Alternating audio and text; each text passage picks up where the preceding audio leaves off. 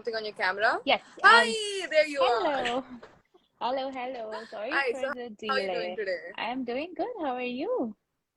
I am good too. Glad you've joined us. The delay is no issue. Okay, awesome. I can see a lot of people joining in. So hi to everyone, and I'm excited. Yeah, I think there's a lot of pediatrics aspirants with us today. Awesome. Yeah, so how about you tell me a little bit more about yourself? Me and Okay. everybody else here, because we're dying to hear from you. Thank you.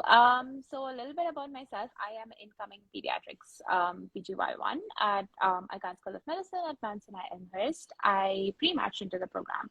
So that was pretty much a very short math cycle for me. I also got to interview in med during my math cycle. So I feel like the math cycle was a very exciting one. And I'm also very excited to start my journey as a pediatrician. I have co-founded two initiatives. One of them is the Order Research Initiative, and the other one is the Safe Space Initiative for Children. And yeah, I think I have around 30 publications. So if anyone has any questions on research, you can definitely ask me. But yeah, that's pretty much it about me. I'm just excited to join, and I'm also excited to answer any questions that anyone has about the USMLE process and about PEDS. Well, that is one very, very impressive introduction. Thank you. All right, so how did you make it to the program? You mentioned being pre-matched. How does one go about that? So pre-match is essentially, it happens during the main math cycle, but the only difference is that when you apply for pre-match programs and they send you an interview offer, they mention that this is a pre-match program. So we can either get the pre-match or you may not, but you are not allowed to rank the program. So if you do not get the pre-match offer, you can't rank them in the main match because they don't participate in the main match. But the application process and, applying with your PS, your CV and assigning LOIs, everything is the same as how it is for any other normal match program. So the only difference is when you look them up on ERAS, they do not have an NRMP ID.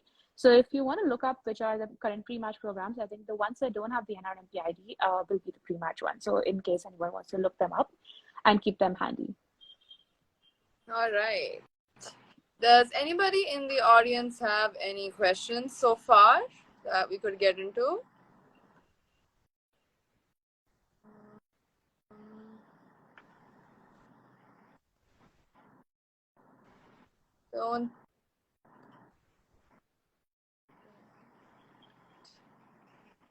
Don't see any yet. So, okay.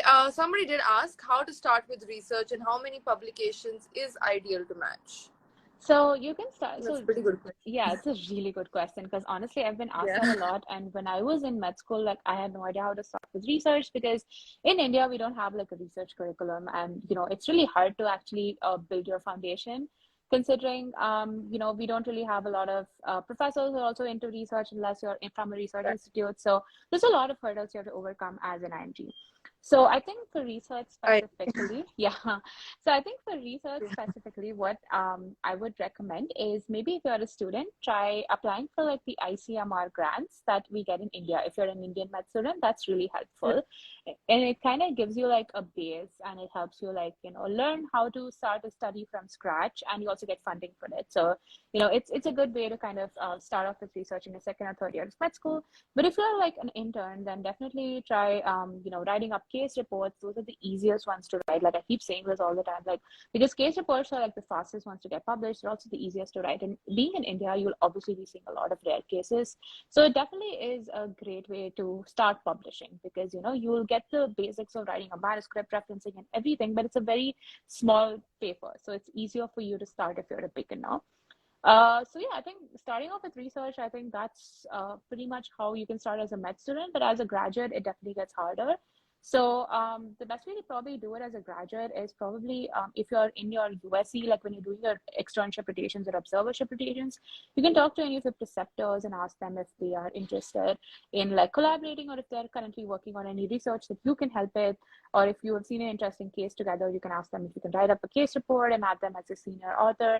So that is another way where you can probably get like more research exposure as a graduate. And as for how many publications you need to match, honestly, there is no fixed number. It's always like the quality is more like is better than the quantity. So if you have like three really good publications as as a first author or the second author, published in really good reputed journals, that will definitely probably hold more value on your CV than having like 10 review papers which are published in low impact factor journals. So that being said, definitely try to aim for a good quality journal for your publications. But again, it's not that easy because you're still a med student. So in the beginning, try for what you can get, definitely. All right. There's another question about how many USCs you have. Right, so I have 6 USCs. I had like 3 clerkships before I graduated, and I did like 2 externships after I graduated and 1 observership. So overall, it was 6. And I think that also came up a lot in my interviews. A lot of them really wanted to know like were all my USC and like universities, or were they in community hospitals or clinics. And since I had a mix of all three, it was good because a lot of they knew that I had exposure to different types of hospital settings. So I think if you're aiming to have like multiple USCs, also look at the settings of where the USC is being held. Right. That makes a lot of sense. There's another question. Can you please let us know about the fellowship in the US after MS OBGYN in India? So, what are the chances for an Indian to get a fellowship in obstetrics and gynecology in the United States? Right. So I think after doing residency in India and applying directly for a fellowship, your chances are definitely not great because one, fellowships in the US are highly competitive and they're mostly taken up by people who have done their residency in the US. So doing a fellowship directly after doing residency in India also has like a drawback of you won't be able to practice after your fellowship in the United States because you won't be board certified. So you just have to finish your fellowship and come back, or you have to redo your residency. So if your main aim is to practice in the US, I would definitely recommend redoing your residency and then applying for a fellowship because that also gives you more options since you've done your residency in the US, as well as it gives you more job opportunities once you're done with your fellowship. Because if you just do your fellowship and you since you're not board certified, you won't be able to work in the US once you're done with the 2 years of your fellowship. Okay. We've got another question. Which journals should we look into for when it comes to publishing a case report? So when it comes to Which are the high publishing, impact? high impact The journals. high impact Okay. journals. Yeah. Okay. So when it comes to publishing a case report, I would definitely say try for like a journal with an impact factor of maybe 4 to 5, because if you're still a student, that's a good impact factor to aim at, because obviously there are like journals with impact factors of 10, 20, but these are pretty difficult to get into. They have very, very high rejection rates and very low acceptance rates, and they require one of your authors to be a very senior author and like a very established expert in the field. So if you're a med student, or if you're just a grad, like someone who's just graduated, I would definitely say, try for a journal with an impact factor of 4 to 5.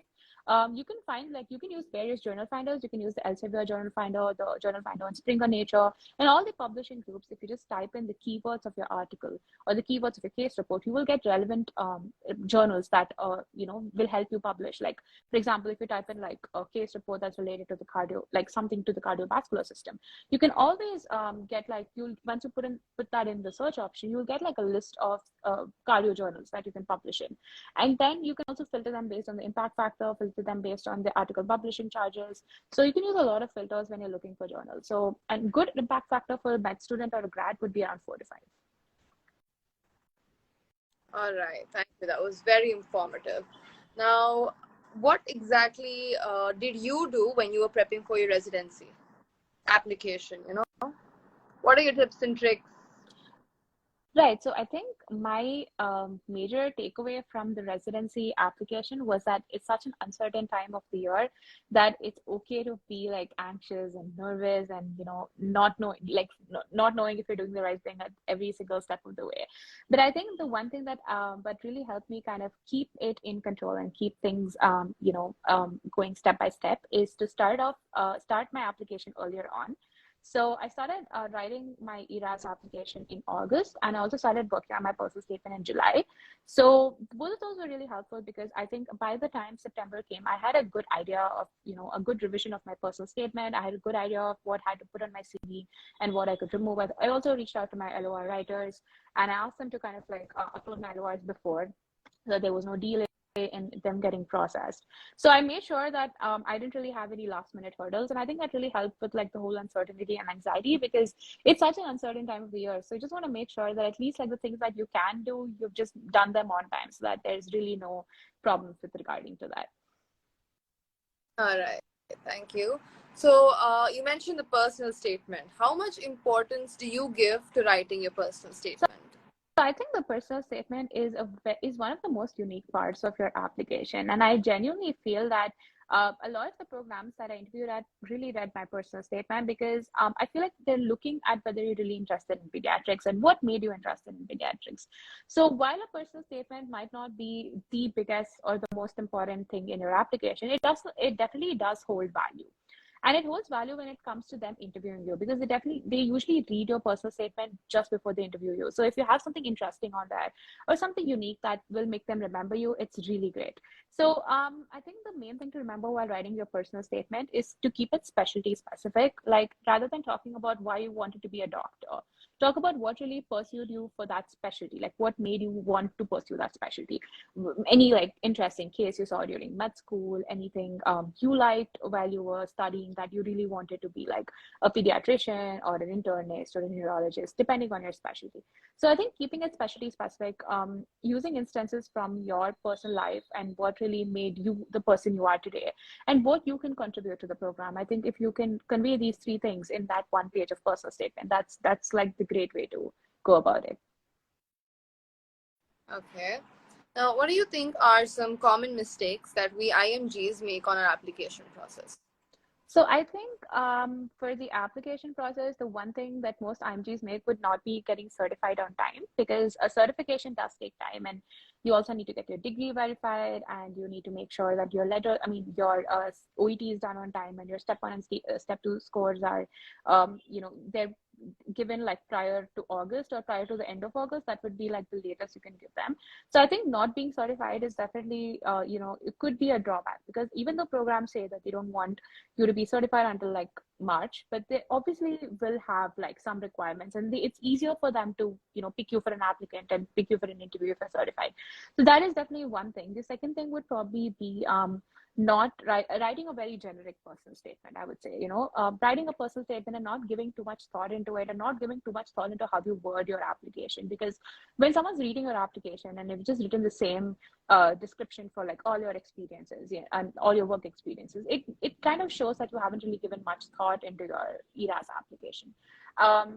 When it comes to like, if you've actually sat down and written like a descriptive described every part of your experience, and you've written like what you did for each thing separately, that shows that you've actually put in a lot of effort, and that kind of comes across in a very, very good way to the program director, and obviously to the panel that's looking at your application. So I think definitely focusing on your application and giving it the best that you have, and taking some time to actually smoothen things out, editing it, making sure there's no grammatical errors and all of that. I think all these tiny things, we might not think about them while we are applying, because we already have so many things on our mind. But once you send in that application, when you look at like a spelling mistake, you're just like, oh, I should have corrected that. So all these tiny things definitely it's better to keep that in mind. That would be horrifying. Definitely. Dr. Shiva said that she can't wait to catch you in the city soon. Oh, that's awesome. Hello. All right. So, what more can you tell us? Like, why did you choose pediatrics? How hard is it to match into pediatrics in the United States? So I don't think peds is a very difficult specialty to match into. It's a very IMG friendly specialty. So definitely it's not like surgery or, one of the really, really difficult specialties that IMGs feel like they might not match into. I think peds is it's a nice specialty that they do take in a lot of IMGs. But that being said, it's a very niche specialty. So, unless and until you like working with children, I would say don't apply to peds, because a lot of people apply to peds as a backup. They're like, okay, what, if I don't get into adult medicine, I'll be a pediatrician. But that's not how it works, because peds, you're specifically working with children. So unless you like working with children and you like that work environment, you will not be happy as a pediatrician. So peds is definitely an IMG friendly specialty. There are a lot of programs. There are almost 140 programs that sponsor visas, and I applied to 110 actually, personally myself. So there are quite a few programs that are very IMG friendly, and I think it's quite encouraging for IMGs as well to apply to PEDS. As for me personally, I've always been attracted to PEDS. I feel like I love kids because I think that was one of the main reasons I wanted to be a pediatrician. I loved being with children. I love being with children during my postings, during my pediatric postings during med school, and I think having just feeling happy and just feeling like at home during that rotation really made me want to pursue this more than anything else. And my dad's a pediatrician, so I grew up watching him. So that was like very inspirational. Yeah, no, okay. I'm gonna text you later personally and ask you for tips on how to be better at pediatrics postings. Feel I free to cannot. anytime. I'm terrible at that. It's Anytime. like I know we it's were hard. examining this one Uh-huh. patient, right? My friends and I, we were examining this one patient. We just took out the knee hammer and she started crying. And we were like, okay, no need. I agree. I agree. Pete's is like, I think Pete's patients are like, once you actually get them on your side and then they cooperate, you just get that sense of fulfillment because you're like, finally, I won Oh, over the kid. Like, otherwise, they're like we crying bribe, and they're yelling. please. They still don't like. I know. That's the thing, right? Like, I feel like having, wanting to do peds, like, you need like a specific type of patients and you need like, that sense of like not getting angry because sometimes kids will just not cooperate. Like, I've had to vaccinate like so many kids in my practice here in India, and they will just like, they will like Right. not cooperate. Like, they would kick me and they would hit me while I was trying to like, hold them down and try to like get them to like either draw like blood or vaccinate. But at the end of the day, they're kids, and there's I think the cuteness really overrides all of the part of when I'm getting kicked and pushed by kids all around. But I definitely feel like it's like the most challenging part of peace is dealing with kids who cannot express things very very verbally to you, and dealing with parents who are also overly concerned, and Oh, God. sometimes they might definitely be like overhyping the symptoms, or they might be telling you the wrong symptoms and the kids cannot tell you them themselves, so you have to use your judgment there and kind of like figure out what exactly is the story. Do you like have to like believe the parents 100%, or are the parents just like hyping up the fever but then the kid has no fever? So sometimes like you have to also use your judgment when it comes to that. So you're also dealing with a very specific, very very challenging patient population, I would say. Yeah, it is very challenging. I've realized that. Yeah. Okay, we've got another question. What research experience do we need to build a good CV? So a research experience in your med school, like I mentioned, an ICMR project, or if you're in India, that would definitely help. But if you're an IMG who's not from India, definitely just approach your med school professors, ask them if they're working on any studies or any cross-sectional studies, any population-based studies in your particular demographic, and you can definitely ask them if you can help with data collection or with manuscript drafting. So because these things you don't really need a lot of experience, like collecting data, you don't need to have like a course to do it. Like you can just do it. Like just all you have to do is like collect data from questionnaires and like input them into Excel sheets. So yeah, try asking them with what you can help, like with what ability that you have right now that you can help with. And I think that with starting with that, it kind of helps you get more acquainted to how to write a paper. And when you start in that way, it helps you kind of build your research profile very slowly. So starting from med school would definitely be a great idea. All right. You mentioned pediatrics is a pretty friendly, residency program to apply for. What are some other IMG friendly options? For us who aren't good, great with kids. Agreed. I think internal medicine is the one that a lot of IMGs apply to. I think it's the most IMG friendly specialty when it comes to the number of programs, because they have, I think, around 400 programs which take in IMGs and which also sponsor visas. So it's like a lot of programs in internal medicine. But apart from IM and PEDS, family med is pretty IMG friendly. Neurology, psychiatry, both of these are IMG friendly.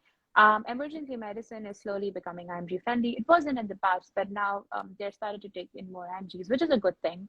But yeah, I think these are pretty much the most common IMG friendly specialties. Of course, there are IMGs who also match into surgery, prelim surgery, and they do a lot of other things. So it's like almost every specialty an IMG has matched into. But when you look at the numbers wise, I think these are the six most common. And of course, pathology as well. So seven most common IMG specialties. All right. So, do you have any more tips and tricks, which would give all of the listeners here an edge over the other candidates? Something specific that you did.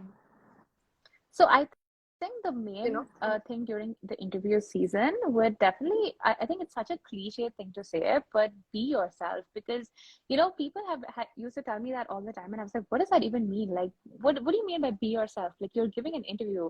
Like, you obviously want to be the best version of yourself. But I think, when you actually give interviews, you realize they want to actually know you as a person. And, they don't want to know you as like a number or like a score. They really want to know you as who you are. So being yourself, Right. being the personality that you are, will help you know that if you are the right fit for the program, and it also help them to know if you're the right fit for their program. So since it's a two-way thing, an interview is always a two-way conversation, you're also figuring out if this is the right program that you want to end up being a resident in. So definitely, being yourself, being confident during interviews, and talking more about, the unique things that you have done, because I'm sure all of us would have like something that we have done that's different from someone else. Like apart from USC and research, we would have had like some unique volunteering experience or some unique leadership experience, something different. So talk about that during interviews, write about that in your personal statement, highlight the things that you feel that will make you stand out when compared to the rest of the applicants, because everyone will have something unique in them. So it's always important to highlight that. And I think that also helps because that takes them, like, that attracts the eye of like someone who's reading it, and they're like, oh, you know what, this person sounds really interesting, I want to get to know them. So definitely, I think making sure that you put your best foot forward when it comes to your application and your interviews, and keep grinding. I think it's such a difficult process, and sometimes you might not be getting interviews right at the start, and you might feel disheartened. So that's another thing. Like, don't take anything personally, and also know that interviews are rolling. So they might come even in November and December. Like, my last interview invite came in January. So they Oh, just, wow. yeah, they just kept coming like every week, like randomly. So I thought that, okay, once October was over, like this was it, like my interviews were done. But they weren't, because I still kept getting invites later on in the season. So don't get disheartened too early. Just keep grinding, keep sending out letters of interest, be proactive, and also just be confident in your abilities. Like, you've gotten so far, you're definitely going to get through the math season. It's just a matter of time. Right. That's very inspirational. We've got another question. Mm-hmm. This is from a GMC registered doctor, and he says he knows it's not relevant, but how to start with research projects or case reports if they're currently not working, but they finished internship. So, what's the first step? Where would somebody like that begin? Right. So I think since if you're not working and you want to write a case report or like a case series, right? The best way to do would be to collaborate with someone who's currently working. So if you have a friend who's working, or if someone who's on the same journey as you is seeing an interesting case, you can help them write it. Like, you can be a co-author of the manuscript. Like, you can help them write the discussion part, the differential diagnosis part, all of that. Because again, like, that can be written by someone who's aware of the case but might not have seen it personally. So you can always collaborate with people who are working, because for a case report, you need to have a case that you've currently seen or you are seeing right now, because you also need access to images and you need access to their lab reports and everything. So it's very difficult to write a case report if you're not working. But if someone else is working and you can collaborate with them, that would be a great way to start. That was very helpful. Does the audience have any more questions? Yeah.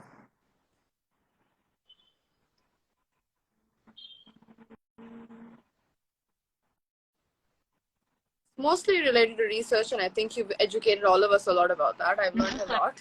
I'm glad. Thanks. How did you find a list of the programs that you applied to for your match process?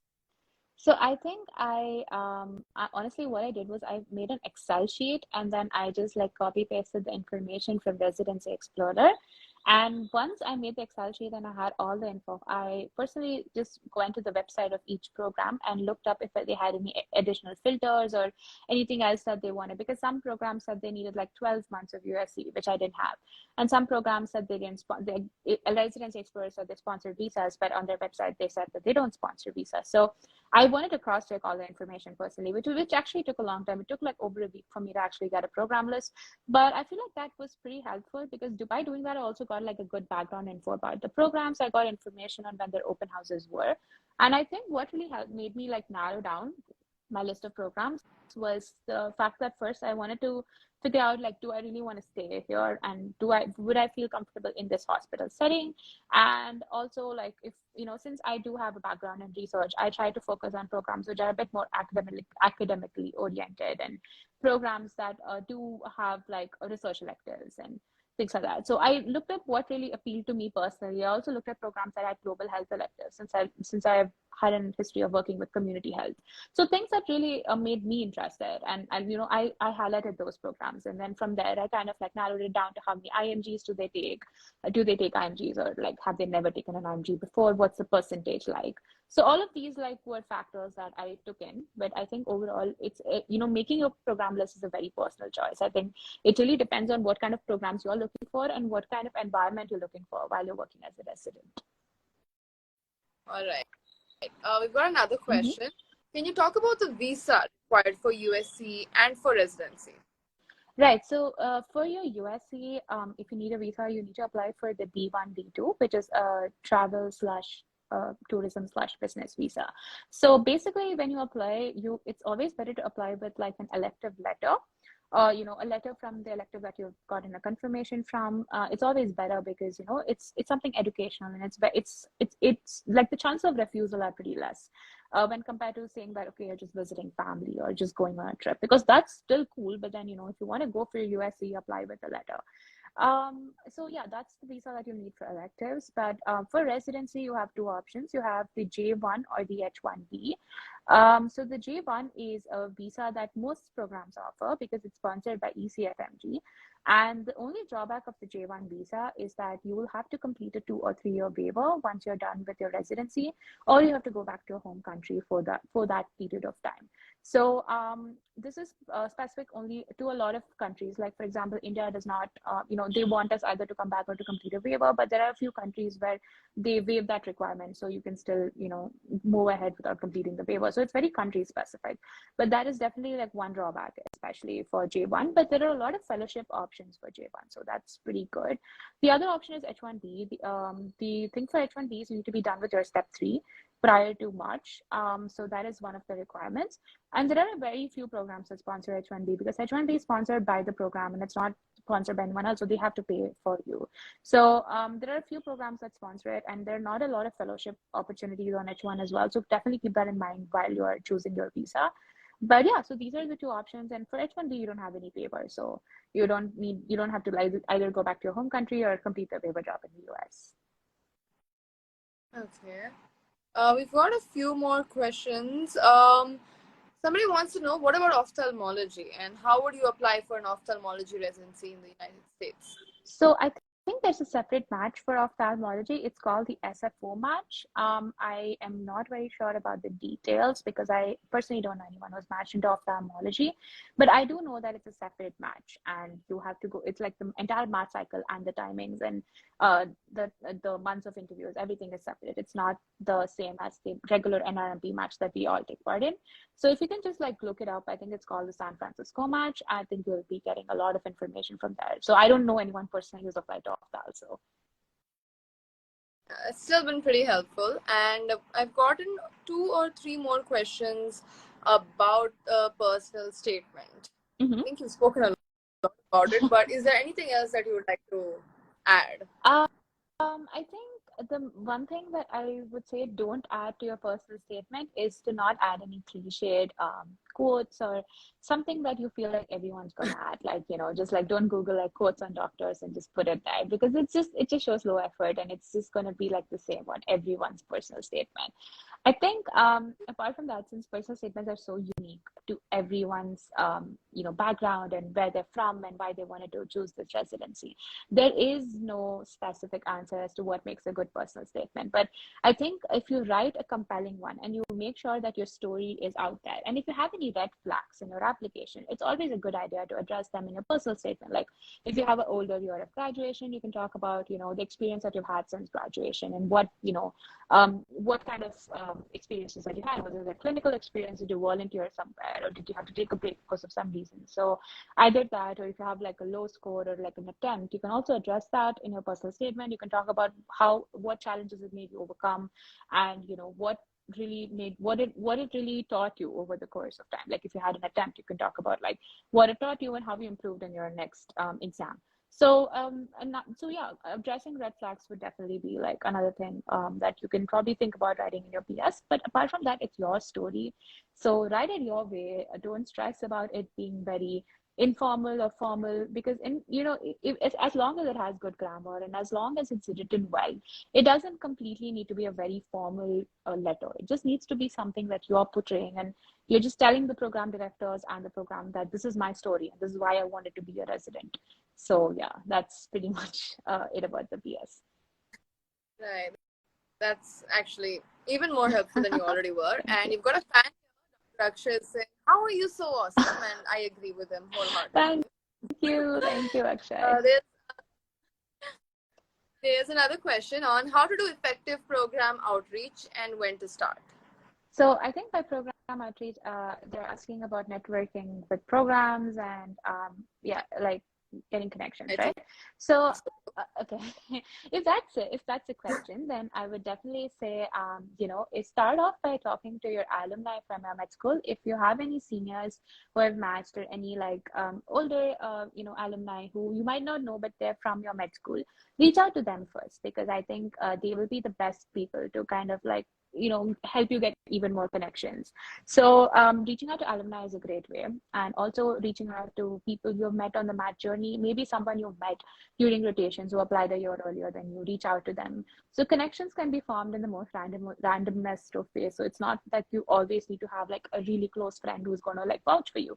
You can always meet someone, get to know them over like a course of a month or two during your USC, and you never know, like they might have applied earlier than you, and they can always vouch for you when they're a resident. So starting outreach with programs would definitely be with like connecting with residents, and of course like connecting with people through LinkedIn. Sending, I mean, if someone's like doing like a good like project or like a research paper online, you can ask them if you can collaborate on that. That's another good way of networking. So there are a lot of ways to also connect on social media. I wouldn't definitely recommend connecting with like program directors on like Instagram, because I feel like that's too personal. But Twitter is a good place because a lot of PDs are on Twitter. So Twitter is also a nice place to network and to find out more about programs. So yeah, I think and before like your application season, you will be having open houses. So that's more like of an informal way to get to know the program. So attending open houses is really helpful because you also get to interact with the residents, you get to talk with the faculty, you also get to know about the programs, like how's the vibe of the program. I think that's really important before you end up like signaling them or ranking them. So definitely that's another good way of program outreach. All right. I think the last question for today that we can Mm-hmm. take is, what about a gynae residency? What are the chances of an IMG getting into that? So I think OB-GYN is again slightly competitive. It's not as as easy to get into as, let's say, internal med or peds or neurology, but it's again not super competitive when it comes to like plastics or neurosurgery. So I think it's pretty much in between. I think to get into a gynae residency, you need to have like a good background in OB-GYN. So if you've done your home country residency, that's awesome. If not, if you're applying as a fresh grad, try to get like a lot of USC in OB-GYN, because again, since it's a surgical specialty, they do focus on a lot of US clinical experience, and research definitely helps, and having high scores also definitely helps. As with any surgical specialty, having a high score will definitely help improve your chances for residency in OB-GYN. But I think also showing your interest towards the specialty and making sure that you're not dual applying and applying only to OB-GYN will definitely help. So yeah, I think just covering your bases with research, volunteering, and of course your USC, which is the most important thing in OB-GYN, would help you at least like cover up like 80% of what's required for your CV. Okay. There's actually a good question. Can you share your USC experience and how to get one? So my USA experience was all during COVID. So I think like I pretty much had like very limited options when I applied for USC, because I was going to graduate in 2021, and like I had to like finish my clerkships before I graduated. So I just went with whatever I got. And I honestly, at that time, there were like no universities open.